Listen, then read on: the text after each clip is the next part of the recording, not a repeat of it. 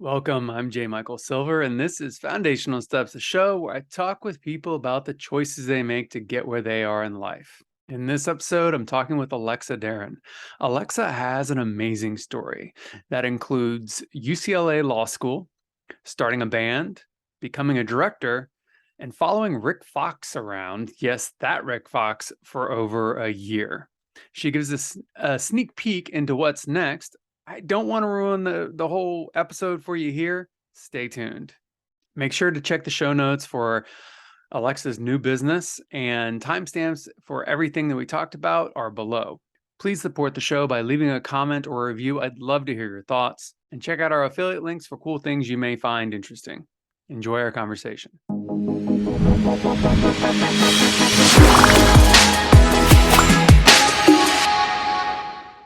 Yeah, excited to be here. Yeah, this is awesome. We haven't really had a real conversation in so many years. So let's just dive into to the heart of the matter. What was that first moment in your life? And I'm sure you had many of them. And I know because of our little preamble before this, the last year has been pretty intense. But what was the first moment you can point to in your life? And if you want to say this last year, that's fine too. There's no right or wrong answers. That you can say that you were kind of in your body, aware, looking around, and you had agency. Like, the choices you made affected the reality around you. It's a really interesting question, and I feel like it was quite a while ago. I feel like, in thinking back on kind of my life, it happened right after college. And I feel like, so after college, I went to law school. That's how I ended up in LA. I was at UCLA Law School, my first semester. And up until that point, I've always been someone who's like just loved to explore and had like all these different interests and just kind of like gone with the flow, right? Oh, I'm going to try this. I'm going to do this. And I went through lots of different majors.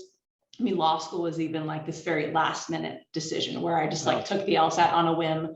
My dad's a lawyer, and I was like, okay, I love school. Like, I guess I'm good at this. I'm just going to go. And I got into this great school. And then I was there, like, I'm like at UCLA, and I'm starting classes, and I loved law school. Like, don't get me wrong, but I had this moment where I was like, why am I here? Yeah. Like, where everything all of a sudden started to feel really real. It was no longer this game where I was just like taking another college class or,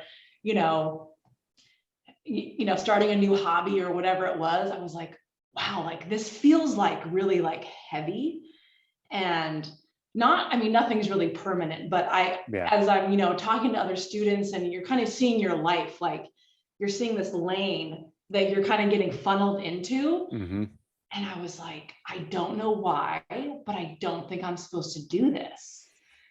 And it was weird because I didn't know how to explain it to anybody, like why. And so, I finished out the semester. I wanted to, get my grades in case I like had changed my mind, in case I had just gone temporarily insane. Then woke up like months later and was like, go back to law school.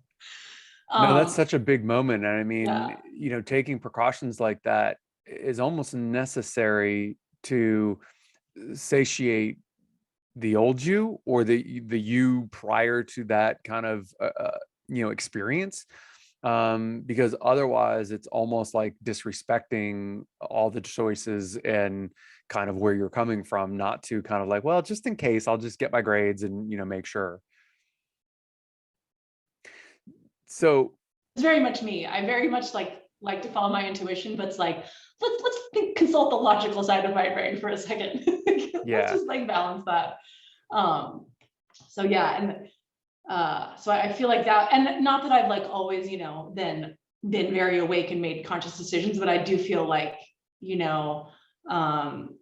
it's important to like listen to those like feelings of, wait, this like doesn't feel right. And I didn't know what the next step was, but well, you said something that's kind of interesting, because you kind of made a reference to like playing a game prior to that experience, prior to that kind of insight of like being funneled into this position.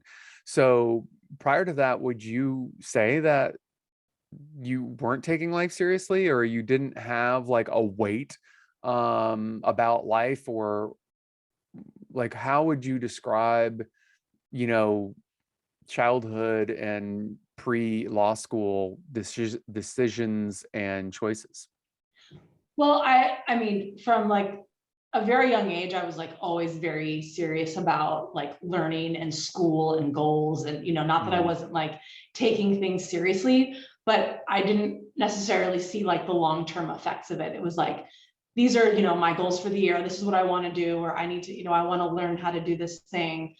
And, I was college, I didn't really know what I wanted to do, but I took all my classes seriously. Like Yeah. I got straight A's in like every class. Like like when I do something, I go all in, but it's not like I feel like, oh, this is going to lock me into something. It was just Yeah. like dive in maybe without thinking through the future of it, maybe was what I was doing until then. Cause I was young, and life seems like it's just kind of, oh, it's kind of this vast thing ahead of you. Right. And you just kind of taking it day by day. And that, I think, maybe then going to law school was the first point where I saw more of like a long-term future, Yeah. and not just like, oh, this is going to be a cool thing to learn or do, and that's going to be exciting for now, and I'm going to know how to, know about this thing or how to do this thing. It was more Yeah. like, this is the future that I'm creating, essentially. Yeah, no, that's huge, man. That is so big because there is there's such a difference in, when you walk down a path and you have no idea where it's going. It can go anywhere, it can be anything. But as soon as you know exactly where it's going, or as soon as you can kind of see the end, like it almost it's almost not as interesting, like just automatically it's like, then you're like, do I just want to sit here and rock for the rest of my life? Like, are we done? Where if you don't know, like if I keep on going back, will it fall? Like when you don't know, you're kind of like, oh, where's that edge? Where's that balance? And you kind of, can push things and, wiggle around more. Um, so your next step or your next phase after you said, okay, law school is not for me. Did you finish law school? No, I finished the one semester. You finished the one semester. So you got your grades just in case. And then you were like, okay, no, this is done. So what was the next step then? What was like the next like big move? So while I was in law school, I was chatting with one of my friends, and before law school, he had done Teach for America, and we were just chatting about it, and it kind of just like set off something in my head, of like, oh man, I always loved school. I love reading and writing. Like that sounds kind of chill, like, summer's off, and and Yeah. I get to share my passion for, reading and writing, and so became then that spring, was a substitute teacher, and then was able to score a job where I could work on my credential while I was where I could work on my credential while I was working. And yeah, I did that. So how did that not feel like a path where it's like, oh, I see where this is going and I don't know that I want to go there? I don't know. Like it I mean, was there any kind of permanence in that kind of decision? Or was it just like, yeah, oh and yeah, it this could be good. This could be fun. and it wasn't like I was afraid of permanence. It was more that for some reason the path of the lawyer didn't feel like it was going to be like the right, like that just felt like the wrong fit, where the being a teacher felt maybe more fulfilling. Mhm. And it just felt kind of then maybe more in line with who I was, and all of Well, I that. mean, yeah, you also said that, you get your summers free. So did that mean what did that mean? I mean, did that mean like travel, adventure? What did that mean for Yeah, you? I think too. Yeah. And I mean, the summers off wasn't like, a huge reason to become a teacher, but I think it felt like where I think maybe some of my perceptions about then becoming a lawyer and like working long hours Mhm. and being very serious and all of that, by contrast, being a teacher seemed more playful. Mm. Getting to work with high school kids, and teach them about things that I was passionate about, and Yeah. have more of like, yeah, not having to, wear like a business suit to work, and just felt like felt like a little more relaxed, and like I had a little bit more creative freedom then with like Uh-huh. how I could, you know, create my lessons and interact with my students, and kind of curate like the experience of my own classroom. Like I think that creativity was like really appealing for me. So there's a level of freedom or agency, Yeah. that kind of flowed into that. So where you didn't get that or feel that or see that in the lawyer path. Yeah, so maybe that's what it was. It was the freedom thing I was. Well, okay, let's flash forward now. And we can always go backwards. Yeah, But let's flash forward a little bit. Where you're at right now, like today, um, how does freedom or creativity or the kind of playing, enter into your life, or how does that resonate with you now? it's so central. Oh, interesting. Okay, so that really is it then. I mean, in my estimation. Yeah, I think, I have definitely come to realize that, having the freedom to kind of carve my own path and do my own thing, is super important. Hmm. And definitely have like a hard time with like authority that I don't like completely trust in. And Right. and I think, the desire for freedom and wanting to do that, I think, has sometimes been overshadowed by like a lack of confidence, right? Or Hmm. like imposter syndrome to some degree. So I think that, for these past years, I've definitely like I want freedom and look for opportunities like that, but then was like, oh, but I don't know if I can, can I do it? Like, could I really be like my own boss? Or, could I create something myself? Like, am I good enough or qualified enough? And so I think I'm like starting to grow into that, right? Where it's like you realize like that you can, kind of harness your own power and just like have that freedom, you don't So need to. this is so fascinating to me because this is why people need to talk to their friends more and the people around them more. Because had you asked me, and I bet had you asked any of your friends, because we've known each other for what, like 10, 15 years or something like that. Something like that. So because you were still in, I think, your first band when we first met, and working as a teacher and doing side projects, like doing side Mhm. film projects. So like the woman that I met was a do it herself, get it done, in charge, have no worries. Like in my mind, you had no worries. The most interesting thing about you is you were just empowered and control and just doing your own thing. And yeah, you had to have a job to make money, and you had to, because you hadn't quote unquote made it. Um, and then, I don't think we talked for a little while. And then all of a sudden you're at Riot and you're creating a whole other arm going off and doing documentary, style filmmaking to find out like how these people met through this game that Riot Games was putting out. And I'm like, what? Like, you're just like, creating these things. And like, so in my mind, from pretty much day one, you were this in charge, in control, get it done, playful, like I own my life and no one can tell me what to do person. That's how I saw you from pretty much day one. Yeah, I mean, I do feel like, the kind of that everyone has like insecurities, Yeah, yeah, I think to some extent. So yeah, that it's not like I let that overtake me. And I yeah. definitely felt like the part of me that you're describing like would outweigh the inner critic. Like, just kind of like punch it and Yeah, like sit down, yeah. But it's not that it wasn't there. And I think it would just pop up in like certain things of like, well, you can do all of that, but you can't like start your own company, or you could do that, but you can't, it was like letting me go to a certain extent, but it wasn't like just like this limitless sort of thing, if that Yeah, makes yeah, sense. yeah. And No, no, that's what no, it I makes think I've perfect been sense. working on lately, is like getting rid of like any limiting beliefs, right? That you could do anything.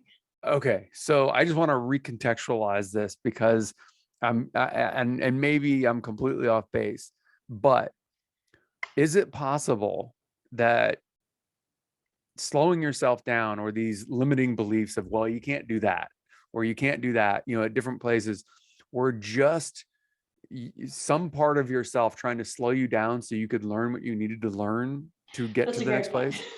place? Yeah. I mean, Yeah. because like I just, yeah, I don't know. Like I see it. I see it in people. I see it in myself. I know I've done this to myself. It's like, oh, I'm just not ready for that yet. I need more time. I need to work on this or whatever. So, I mean, did you ever have that thought earlier though? Like, did you ever think, was there ever a glimmer of like, I just need to learn this. I just need to spend a little bit more time here. Oh, for sure. Yeah. Okay. Yeah, for sure. Because I knew that I was, as far as like the filmmaking stuff go, I'm self-taught, Yeah. I just sort of dove in, and just decided, well, to just kind of try. And so I thought, I definitely thought, well, maybe, that I think that was maybe that the whole like insecurity of, well, you're not qualified enough. It was like, you Yeah. just need more training, or you need to Yeah. take more Yeah. classes or take more time. So it was probably a bit of wisdom. Yeah. Yeah, that was letting me kind of like accumulate all these life experiences then to now, and then in the future kind of, harness even more of my own like kind Yeah, of for power and sure. confidence, for sure. I mean, I think everyone is the master of their universe, of their world. And, on some level, you obviously knew that to be able to continue to rise and get stronger in the ways you were getting stronger. But I feel like most people, like, they feel victim to their universe, or a slave to their universe, or um controlled, or what have you. And it's, what's interesting is, when I talk to people and I hear their story, or hear, how they make decisions, what I oftentimes hear is they're giving themselves permission in certain areas, but not other areas. And on some level, there's an awareness that this is okay, that's not for now. Yeah, that's interesting. And you having that moment of clarity probably gave you a little bit more awareness of like what you weren't ready for and what you were ready for. Because, like, take me through the decision of deciding to pitch the documentary that sent you around the country, meeting with different people who play the game and talking to them. Like, how did that pitch go? Because that was not on their radar in any way, shape, or form, right? Well, yeah, not in that way. There, I'd been at Riot for I think like 6 months. I've been working on, producing some other shows, and they wanted to do something with like positive player stories. There was this perception Mm-hmm. that gamers are toxic, especially like the League of Legends community. And so That's they were trying interesting. to, do something around that to kind of change that perception. Mm-hmm. And so my idea was to then, instead of, trying to like talk about the toxicity, or, let's just highlight, because the bad news is what's always gets, the Yeah, press, right. is let's talk about the positive player stories. And I knew that video games would bring people together. Like at the time, my boyfriend at the time, we played League of Legends together every night, and I had made friends on the game. I played video games with my siblings, who live in Maui. So we would be, on our headsets, and it was a way Yeah. to connect. And so I had seen that, and so I just thought it would be cool to like highlight those relationships.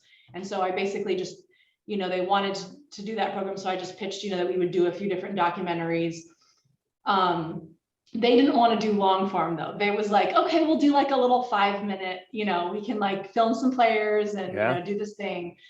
And, I got my budget for the first one that was about couples who play the game. And, we're editing it and, as we're pulling together these like 4 couple stories, it's like, it wants to be this like 20-minute piece, Mm. And so I'm like trying to negotiate with my boss. I'm like, I was like, I really feel like it can't be 5 minutes. Like, we're just going to lose all of this, and they were super skeptical, but no one would watch. And I was like, all right, just give me this one chance. Like, let's just launch this thing. I think it was like, a little over 20 minutes. If no one watches it, then the rest of them that we do this year, like, we can do 5 minutes. Yeah, yeah, Just yeah. like, let's just see what happens. And so they're like, okay, we'll see. And it got like 500,000 views in the first 24 hours. And Wow. when I left Riot, it was like one of the top performing videos on the League of Legends like community channel. Like, it was just like really well received. And so then they let me do the longer form for the rest of them.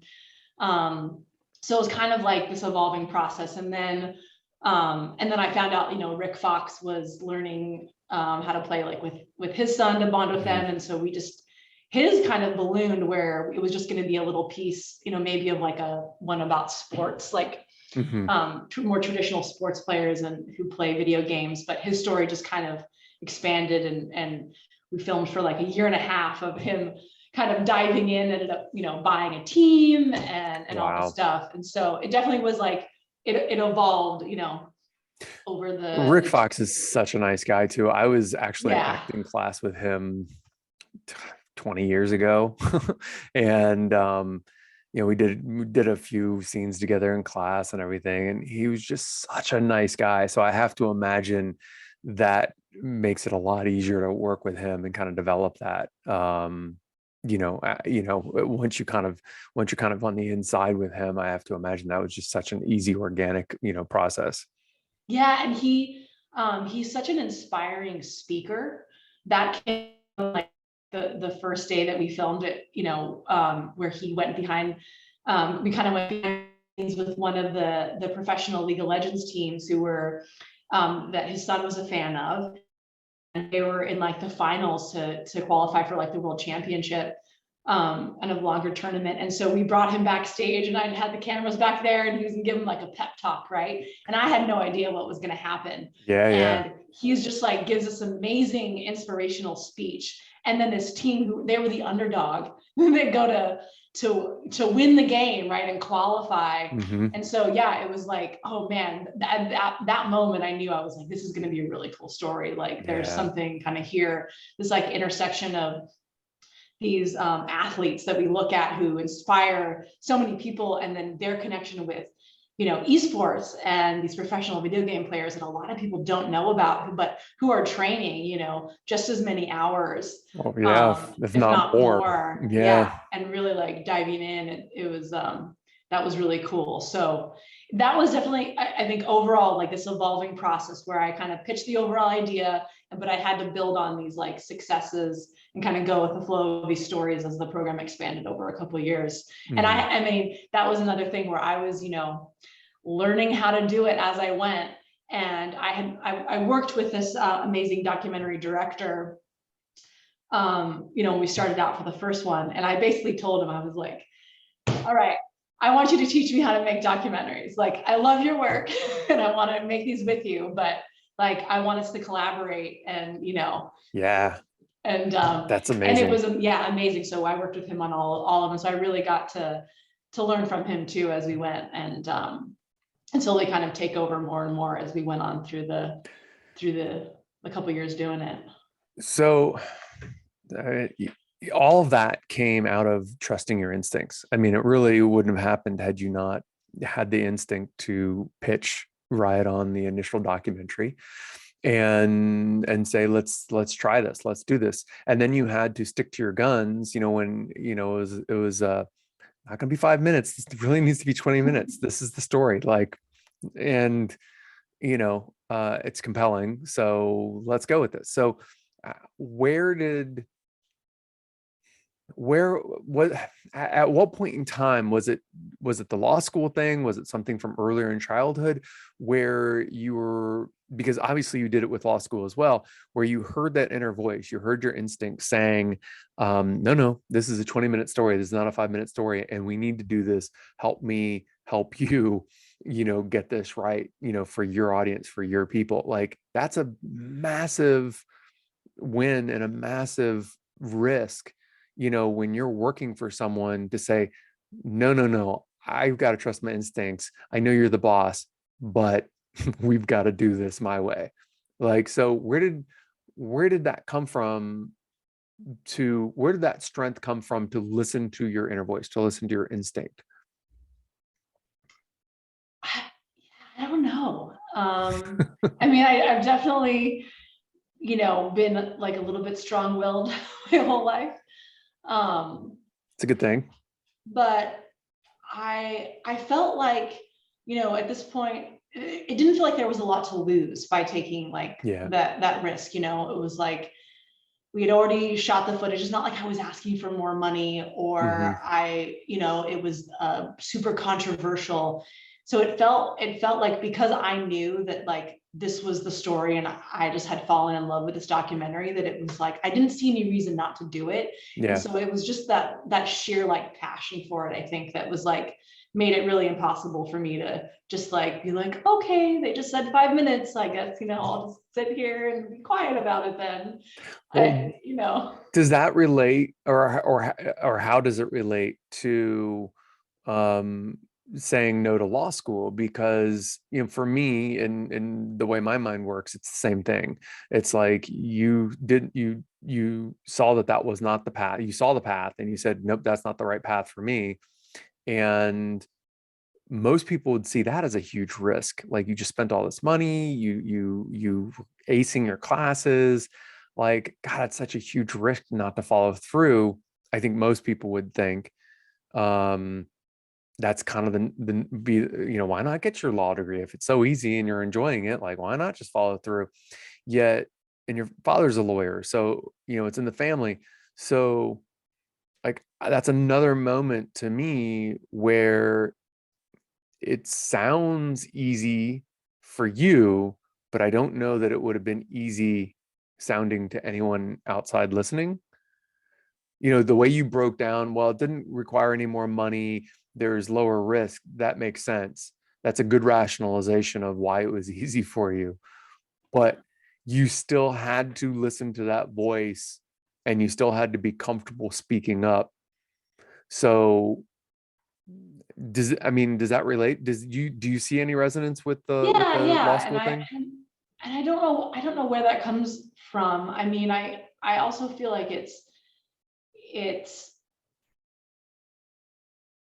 thinking about, my like validating my own experience and Mm, my own I guess like credentials, or okay, what do I know that these other people don't know? I hmm. think like for the documentary, it was like my boss was not a documentary maker, he was the marketing director, or so like thinking, okay, well, then maybe it was that trust in my experience then, of like, Yeah. well, um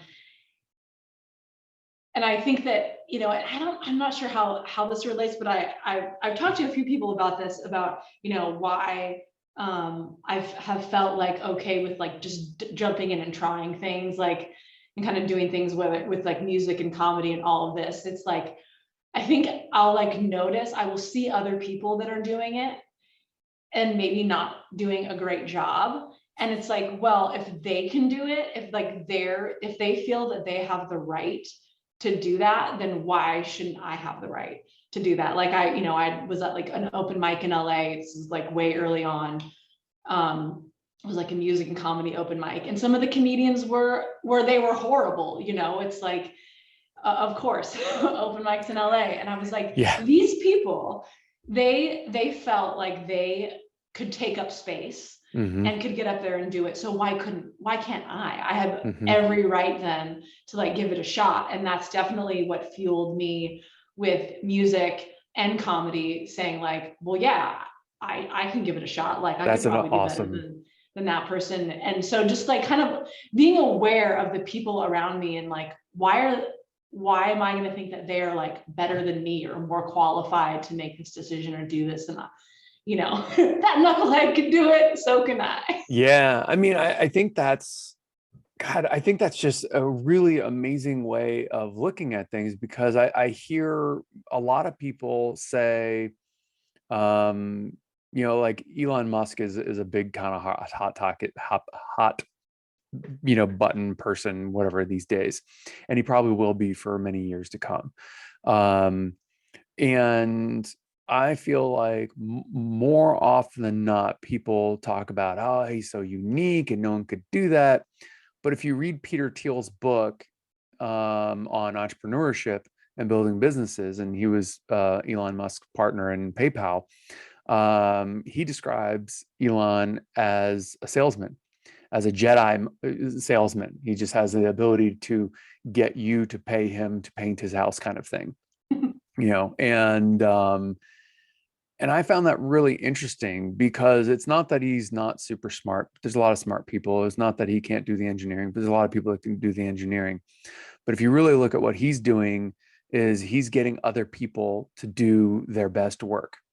And he's just talking to them, where they are. And, he never allowed anyone else to say, you can't do it. It's not possible.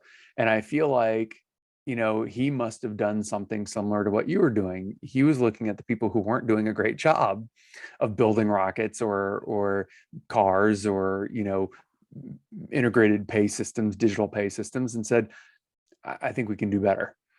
And like, I feel like that's so empowering. Instead of looking at the top and saying, I can't be Elon Musk, it's like, well, how did he get there? Well, he said, I can do something better than someone else can do. And he just went for it. So like, I mean, I don't know. I'm just kind of ranting, because it's just, I just love the idea of like, instead of looking at the top of George Carlin saying, well, I can't do what George Carlin's doing, so I might as well not do stand-up comedy. It's like, well, look at all these hundreds, thousands of people doing whatever it is that they're doing that I want to do. They're not doing a great job. I can do it too, or whatever. It's such a better way of looking at things. A more productive way of comparing yourself to others. Yeah. If you're going to compare yourself, which I think is inevitable, then on some level, then compare yourself to other people at where you're at the beginning instead of at the end. Yeah. Because you don't know what they went through to get to the end. Exactly. That's I guess that's what I was trying to get to. So, yeah. Yeah. Compare if you're going to compare yourself, compare yourself to where you're at, other people where you're at. That's amazing. I'm tripping out a little bit on that thought, because I think that's so brilliant and so amazing.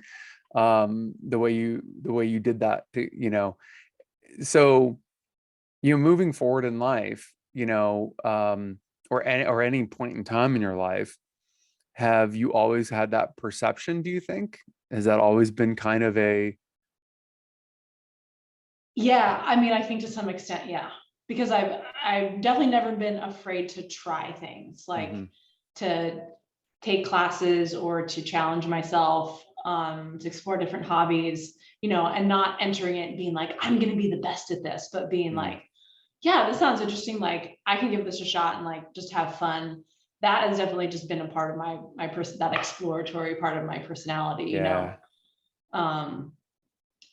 and then, when it comes to then putting myself out there with those things, like be it for music or comedy, then I think, that happened like, in my mid-20s, I think, when I was like going to those open mics and seeing that and thinking about how to put myself out there, that clicked. And that's something I've carried with me, through all these different, as I've like evolved in my career and really learned on the job in a lot of these different ways. starting out as a copywriter at the ad agency I worked with, like I had no experience, and just being like, I could do this, I just Yeah. got to pay attention. These other people could do it. I can, like, I've got a Yeah. writing background. I have all these other things, like, let's just go for it.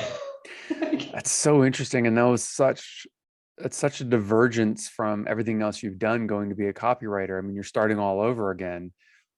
Was there any trepidation about starting all over again? Like, or Well, were you specifically seeking to start over again? I wasn't that, and that just kind of happened. That was part of just me, like, saying yes to an opportunity, essentially, which I think So, also think is really important.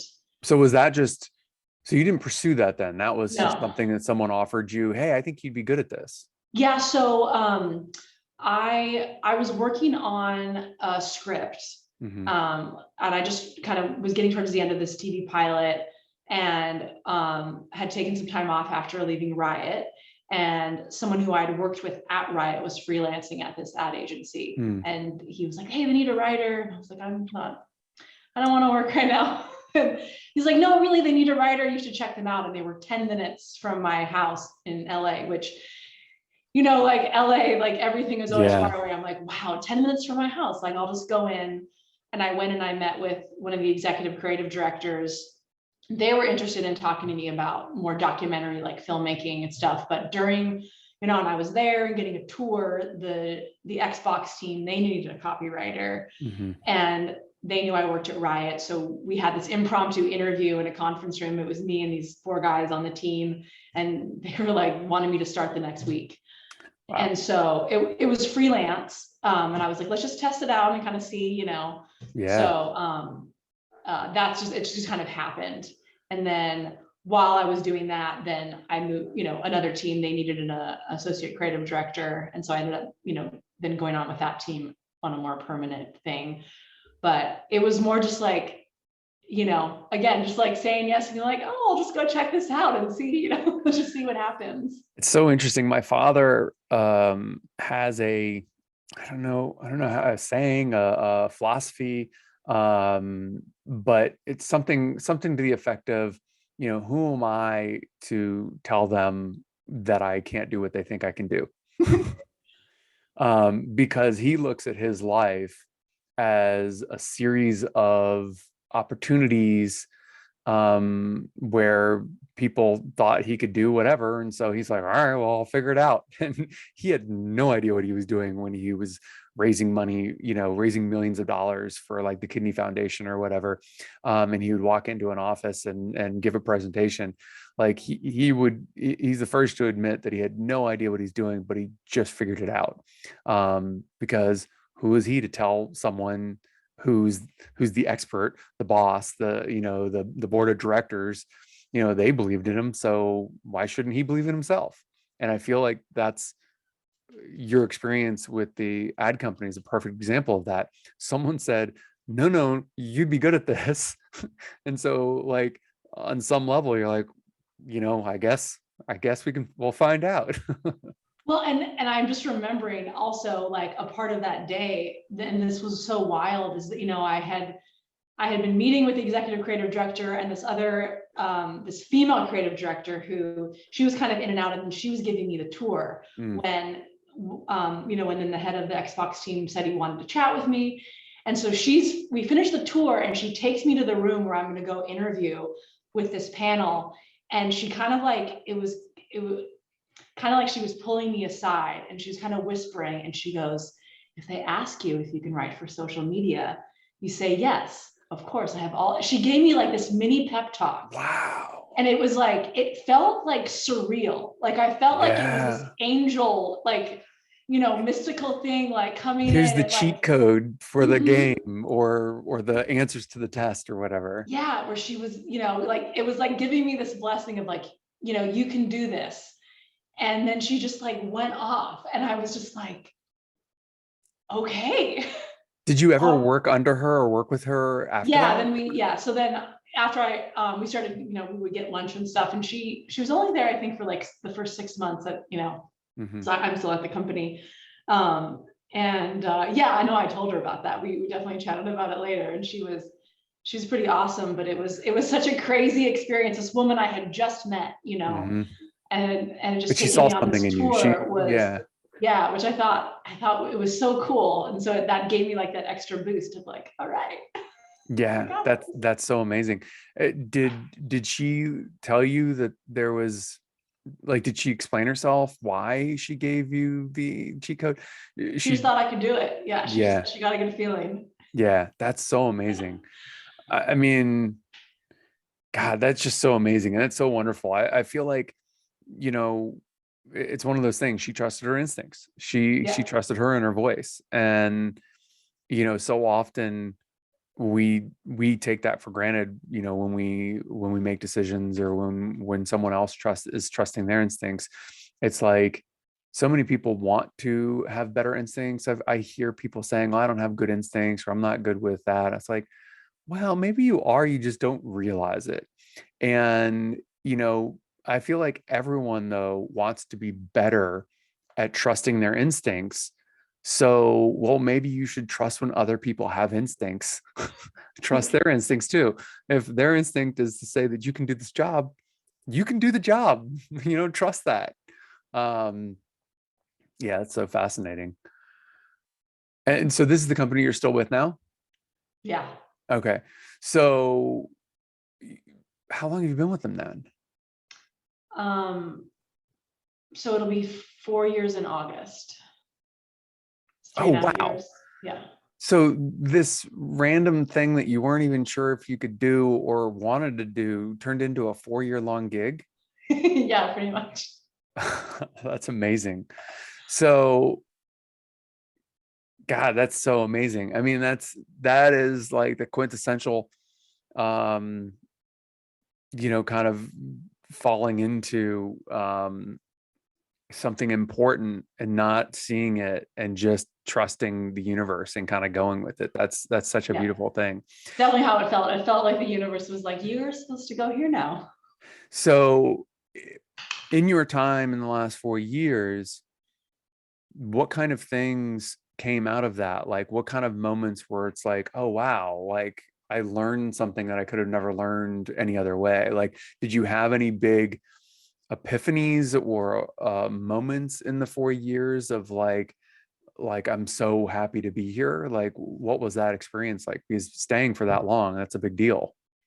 I feel like, well, the one thing that I've grown the most in is in my confidence, and my Mm, my confidence in pitching my own ideas and presenting to clients and presenting in front of people, because that was definitely, like, going into it was a fear. I mean, I don't feel, I'm not like a shy person. And you've seen me direct and all of that, but I think I struggled in the beginning with being, in a conference room with clients, yeah. PowerPoint presentation, and having to do kind of that sort of thing. And so I think navigating that, I've had a lot of epiphanies and growth like in that area, um, which has been interesting. So in a weird way, you were getting paid to test um, how you present and how you put yourself out there. Yeah. Yeah. My Like that, and then confidence in my own creative ideas too, like yeah. by getting positive feedback and starting to, yeah, I think see how that evolves, and sort of then, um that I could be creative in a lot of different ways. Yeah, that's amazing. There used to be, I feel like, the apprentice model of how, things used to be. Like if you were going to be a blacksmith, you would have to go and work as an apprentice.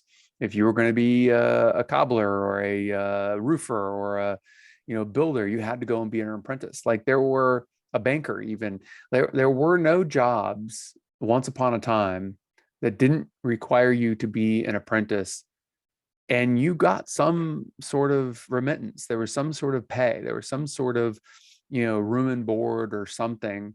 And then somewhere along the way, universities became not for higher learning or for workshopping, but became, the path instead of apprenticeship. And all of a sudden it became a business where people paid. And it's interesting to me because with the way the world's changing and how everything is being monetized, I wonder if maybe we shouldn't go back to some form of getting paid to learn. I mean, and it sounds like for you, it was an incredibly empowering thing because you were getting paid, you were doing a job, and you had to step up to do your best to satisfy the requirements for the job. And you were getting paid for it. You weren't having to pay for that experience.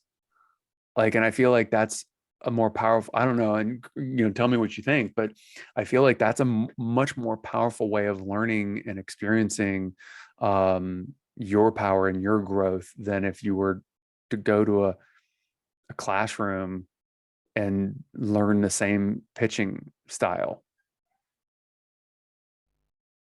Yeah, it's like the learning by doing, and like I don't know, because I don't know what those programs are like since I never went to them, but I do Yeah. feel like that the experiential part of it is what's missing from a lot of college programs and training programs. They have you memorize stuff in a book, but then they don't teach you the practical stuff of actually doing the job.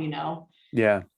And And the then, stakes and will just the never be people as skills, high. right? Just the collaboration and the professionalism and all of that, that Hmm. I see like with some freelancers that I work with. It's like, okay, you went to school to learn how to be an art director, but you don't know how to answer your email and respond to this meeting invite and let me know Right. if you can't make just like little things, where you're not learning like the life skills that you need to learn on the job, and you need to have your eyes open, your eyes Yeah. and your ears open, really pay attention to what's going on. Yeah. That's so interesting. That's like anytime, I feel like anytime you can get paid to learn, you're going to get a deeper education.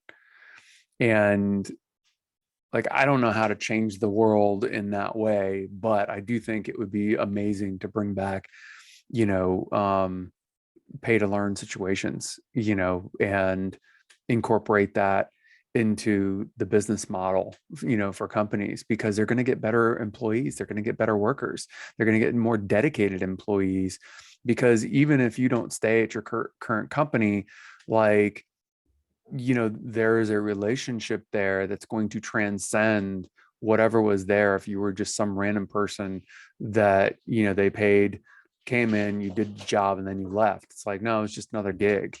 you know I mean, correct me if I'm wrong, but I feel like your education and your growth there probably gives you a much more deeper connection to these people. And so just because we don't know when this is coming out, um, moving forward in your life, how does that play out, in terms of, how you stay with them, or when you leave, or how you change your work relationship to them, and how is that different from other companies that you've been with? um yeah, I mean, I feel like at this point in my career, and I've had all these experiences and gotten to grow in all these ways, and I've kind of achieved a lot of goals that I've set for myself too, and then it kind of makes you look around and go, okay, well, like what's next then? Like, is this everything I thought it was going to be, Yeah. Or everything you need it to be. or everything I need it to be, or how does now, yeah, does this kind of match my expectation, and is this now the path I want to continue on for the rest of my life, right? Is this Yeah, it's is again this that corridor. Yeah. yeah, that permanent funnel I'm placing myself on, or was this just one stop Hmm. on the journey where I'm going to keep evolving? Because I think it's super important to keep asking yourself that. I just know a lot of people who kind of like, they just kind of get locked into one thing, and it's just like, well, this is what this is what I'm trained to do, this is my career, I made the choice, and like, here we go, just kind of like head down to the end. Yeah, I mean, I think that old paradigm of you're going to work for a company for 20, 30 years and then you're going to retire and maybe do nothing else, maybe travel, maybe sit and watch TV until you die. I mean, I feel like that paradigm is just gone. I feel like that's not the paradigm we live in anymore. And I feel like, it's so much more normal for people to have 4, 5, 10 career, in their lifetime, now. Um, and so I think that's so normal. And there's no telling how this company could play a role in your life, even if you do leave them, which is interesting. And how I could, and everything that I've learned too, working in social media and, doing all, I feel like all the skills that I've learned, and every job has kind of been helped, with the next one. It's not like it's been these like separate, okay, here's this like siloed experience that I've had, and then here's this next one. Yeah. Like there's things that I've pulled from all of that, even my experience being a teacher, kind of comes into play with my leadership style and how Yeah. I manage my direct reports and my teams. Like, there's kind of commonalities between that and how that affects my like point of view. And so I feel like it all builds, and it's like, so I'm, just thinking about how I can take all of that and keep evolving it, right? So that I'm doing Yeah. something that where I get to continue to grow and and get paid to learn. Yeah, no, um, exactly. And but I also think that also highlights the interconnectedness of everything. The inextricable reality that it doesn't matter where we go, we can't remove our past experiences. yeah, And even if we could, we probably don't want to. exactly. Yeah, that's amazing. Um, so this might take us all the way back to law school, but what have been your coping mechanisms through this whole process of learning and growing and changing job to job and new exposures? Like, how do you deal with the stress or the joy of these changes in these different paths you've taken?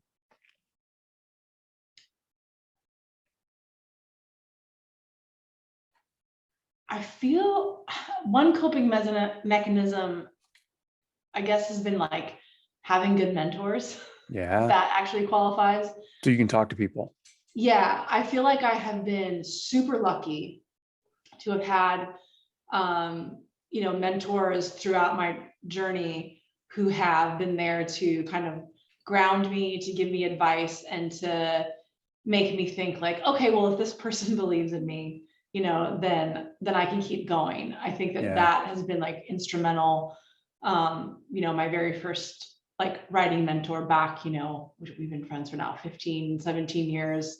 Yeah. And that relationship. And then I have a mentor, a really great mentor at my current company, who I have a great relationship with. I think mentors are so important, for keeping you like motivated and helping with that confidence. Now, did you find your mentors? Did they find you? Did you ask them to be a mentor? Is it a implied relationship or Well, stated?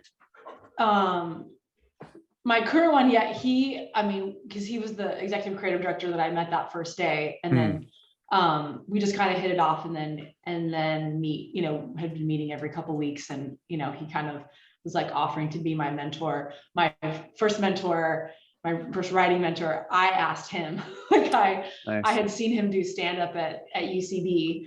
Yeah, And then I saw him like at the restaurant next door, and went up and like gave him my business card and like offered to be his assistant. And that's cool. and he didn't want an assistant, but then he offered to read my script, and we started meeting, and then it just kind of developed into this, like, he was helping me with my writing, and then we became really good friends. My dogs are playing and they're trying to include me. I'm like trying to push them away. It's like, go away. Um, that's that's yeah, that's amazing. I feel like a lot of people don't ask for mentors or don't know how to find mentors. And, it sounds like that was another one of those instinctual things where you're just like, no, no, no, this is what I want. This is what I'm yeah, gonna the get. first it was very impulsive. Like, Yeah, that's when I was amazing. with a friend and they were like, just go. And then I've had, like I call them sort of like mini mentors, people that have just kind of like popped into my life for a little bit, that have like offered help, that I've like definitely taken, taken them up on, that have helped me in different ways, to be like, hey, have you thought about maybe trying it this way? And like, would help me out in these little Yeah. ways. So I don't know if that's so much as a coping mechanism, but that's just been helpful. Well, no, I think the coping mechanism is relying on people to talk to. I mean, it's kind of like therapy. Yeah, But instead of a therapist, it's a mentor. But it's the same, I think it's the same coping mechanism, which is I need to talk to someone, discuss what's going on, and get feedback. So to me, the mechanism or the thing that you most heavily rely on is qualified feedback, or maybe yeah, and qualified, asking for a maybe, lot of feedback.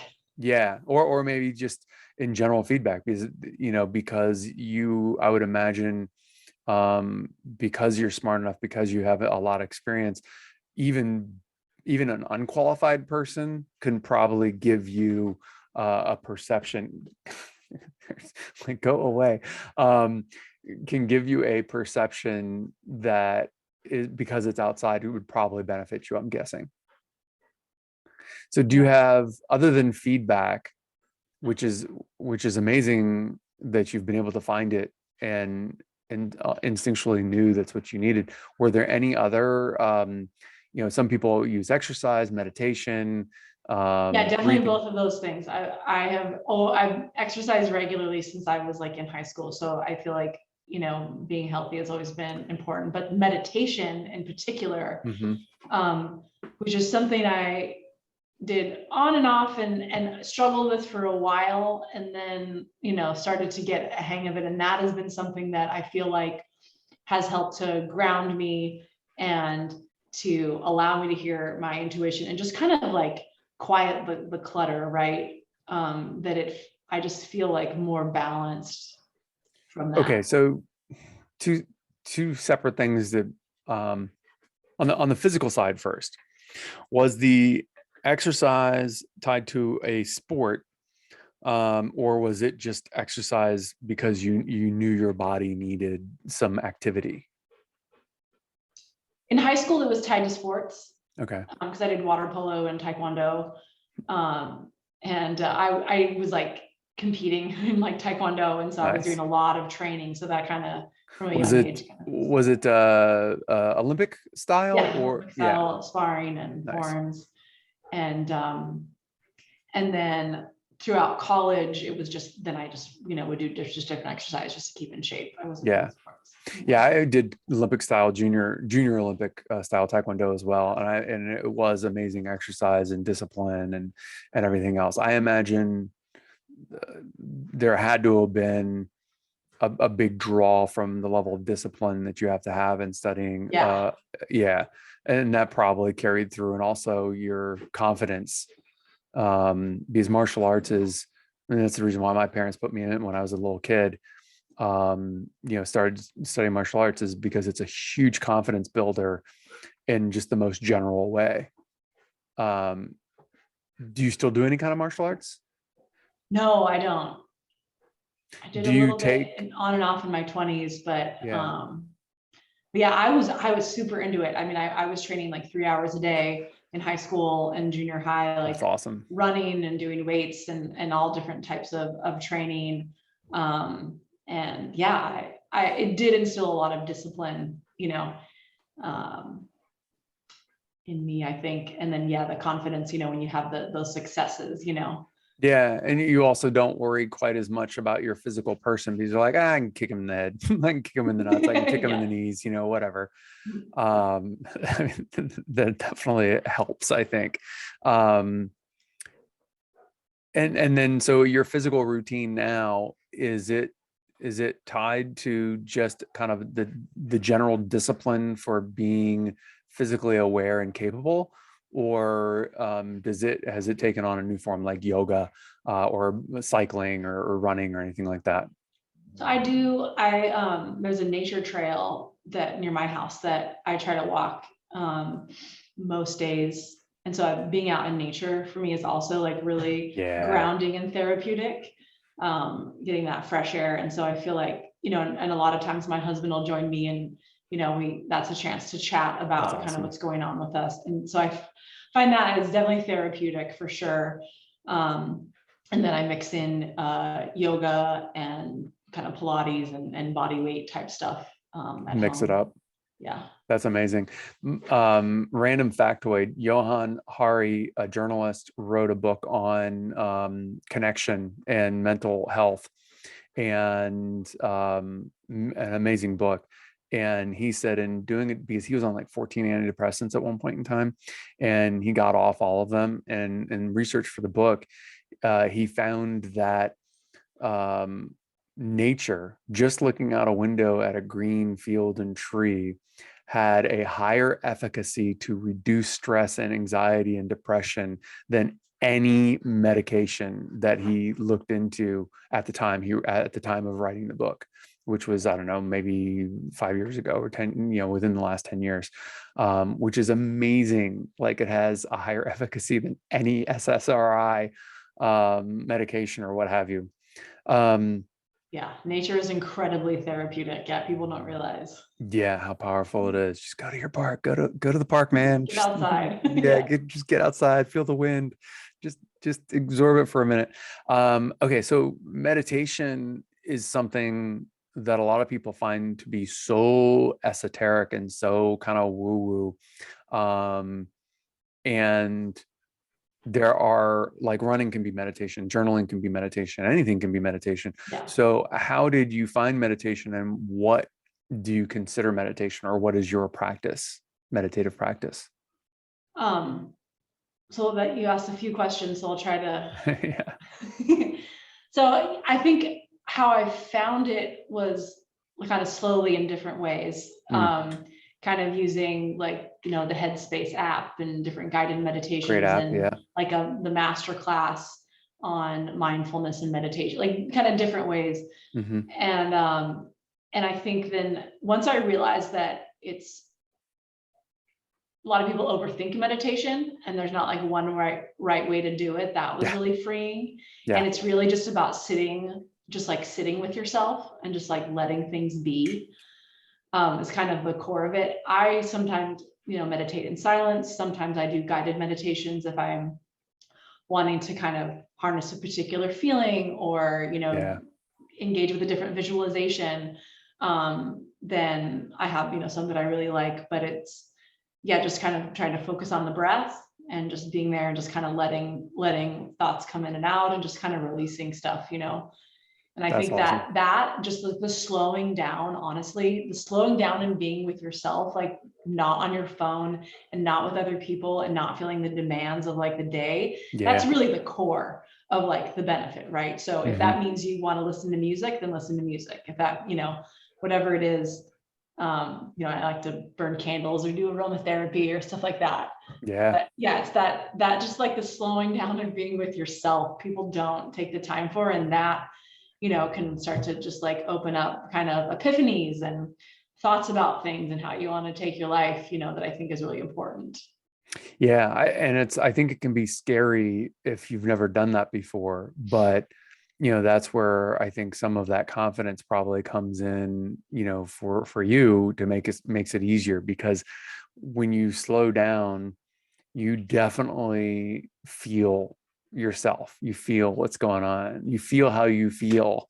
Yeah, exactly. And do you ever get a sense, like, um, how long is, you said it's been years, it's kind of come in little pieces here and there? Yeah, I feel like for the past few years. And do you ever get a sense that you're, this is a kind of a more of an esoteric, ephemeral kind of idea, but that you are not your thoughts, or that you are kind of not like the you, there's like the you, and then some other part of you, and there's like almost like a separation from your thoughts and you. Does that make any sense? I think with some negative stuff, sometimes, that's I think with meditation and with slowing down, that's when you can realize that some of the negative things that come into your head, you're like, wait, where did that come from? Like, that is Yeah. not, that can't be me, Yeah. Yeah. Yeah. It's such an interesting thing. I don't know. With science going the way it's going, I feel like, they're trying to get, more molecular, more quantum, more smaller, and then trying to figure out how it relates to everything. And I kind of feel like meditation is the more accessible version of that science. And so it's like, getting to our molecular level, getting to our kind of quantum level just through letting go, and just being open to whatever you're feeling, whatever you're experiencing, with no judgment. And it's such a powerful tool that people underestimate. Like, I've outlined a book for mindfulness, meditation, and breathing on to try to demystify and simplify what's going on. And it's only recently that science is actually taking these things into, or Western science is taking these things into real practical utilitarian value structures that allow them to do research on it, in a more of a mainstream open format. Like TM, do you know what TM is? Transcendental meditation. Oh yeah, So vaguely. yeah, so TM has been around, I think, since the 60s. It was brought to America, century old practice. And essentially you're just saying nonsense to yourself over and over and over again, for 20 minutes, an hour, 5 minutes, whatever you can do. Um, and and there's a whole format and teaching method that goes along with it to find the right nonsense for you, or the right, nonsensical word for you, so that you're in your most easily resonating self, kind of thing, is the idea behind it. But it's the only thing that's been studied, but most people have never heard of it, and or don't know that it's been studied. And so it's only been recently that, more scientists and doctors, I feel like, at universities are doing this serious work of looking at it. But yeah, it's so powerful. It's so amazing. Um, so, well, any other coping mechanisms or kind of thoughts on that? Because initially you made the comment about mentors, and I wasn't even sure if there was anything else there. And then, exercise and meditation, and it sounds like there's a lot involved in the meditation. Nature. Are there any other, coping mechanisms that you've used or come upon over the years? I don't think so. I mean, that's a lot. So, I Yeah. mean, you know, uh, and one thing might be enough for most people, but um, yeah, it's just interesting. So, how do you now in your life, where you're at? I mean, it's not obvious from the screen, or at least I don't think it's obvious, but you're currently pregnant and due any minute now. Um, so, like, have you thought about like how you're going to funnel all of this knowledge of, the 30 plus years you've been on Earth, how you're going to funnel this into your child, like how you're going to live your life in front of them so that they can just, absorb how you live your life? Like, how are you kind of moving forward with all of this, and how do you, like, the image that you've steered away from, over different, moving different jobs or different educational practices? What does that vision look like? And is it more clear of a picture of what you're steering towards? I think that, I would love for my daughter to feel like she could try anything. I Mm, think that that's really important. Is yeah. like to have this like exploratory mentality. And to kind of be fearless in that way. I think that's whatever she decides to do. Like, I just want her to try a lot of stuff and not be afraid to change things up, I think. And so I think that's the example that, my husband and I want to set. And I think, that's how we've lived our lives. So just encouraging that, I think is important. And I think to continue to be growing myself and be there for her and be a present parent, but also be continuing to have my own projects and my own career too, that she can see, me pursuing. I think that's like the core of it. No, that's amazing. It kind of stems from there. And do you think that, like, you're so open-minded and willing to take risks and chances? Do you think that that's just going to get easier and easier to maintain and do as you go through life? Yeah, that's awesome. I feel like that's such a empowering, or you tell me, is it empowering to know that it's going to get easier, to, not that life's going to get easier, but it's going to get easier to maintain that openness and excitement for taking risks? Yeah, because that's like one of the benefits I feel like of getting older too, is like, they say you get older and wiser, but I feel like I am like caring or worried less and less about like negative outcomes, because after a while you've had either successes under your belt, or you have, a safety net there, or you have, these other things in place. You're not like a single 20-something in a tiny apartment in LA, like trying to figure out how to pay for rent the next month. You're like, okay, I've got this kind of foundation. I can take these other risks. Maybe that's a part of it. And so I think a lot of different factors at play that definitely make you like, and just realizing that, hey, it's like you gotta maximize your time, like here on this earth too. Like that's a big part of how I'm thinking about the next chapter in my life. Like, how do I want to spend the rest of my life? Is it working for someone else doing X, Y, and Z? Is it working for myself doing something else? Like, what is going to be the most meaningful? And a part of that drove the decision to have a child, of how do I want to spend the rest of my life in a meaningful way, and not be scared of, what might go wrong. Well, yeah, this is interesting. So you've had glimpses of, like, going back to law school, you had a very distinct glimpse of what your life was going to be, and you're like, nope.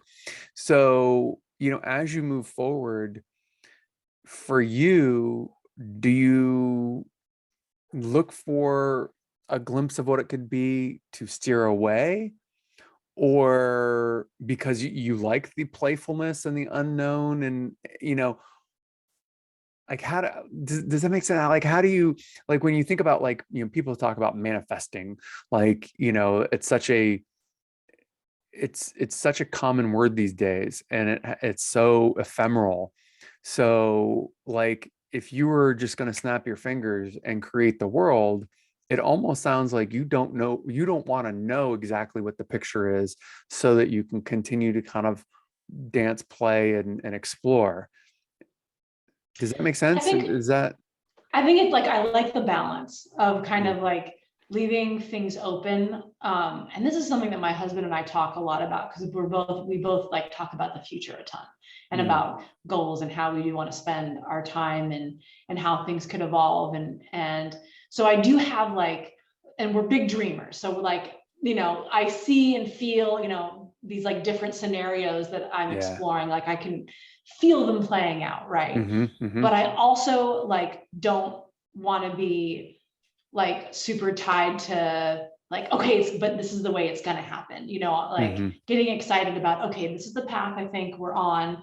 I'm going to go for these things, but you need to leave some room for like chance and like to be surprised, right? By the universe. I think that is always super important. I'm like always bringing that up, in our conversations of like, okay, that's like a fun thing, you know, that could happen, but who knows? You know, kind of have to see how it unfolds. Yeah, I mean, my favorite thing as an actor is to plan and rehearse, and then in the moment do whatever I didn't or couldn't plan for or couldn't think of. I think that's a great analogy. Like Yeah. I'm a huge planner. Love to have the tight plan and all of that, and then just be ready to pivot. This has been really great. Don't forget to leave a comment or a review. I'd love to hear your thoughts. New episodes every Tuesday, and check us out on YouTube for short clips from each episode. Thank you. And until next time, remember, your life story is yours to write and rewrite as many times as you want.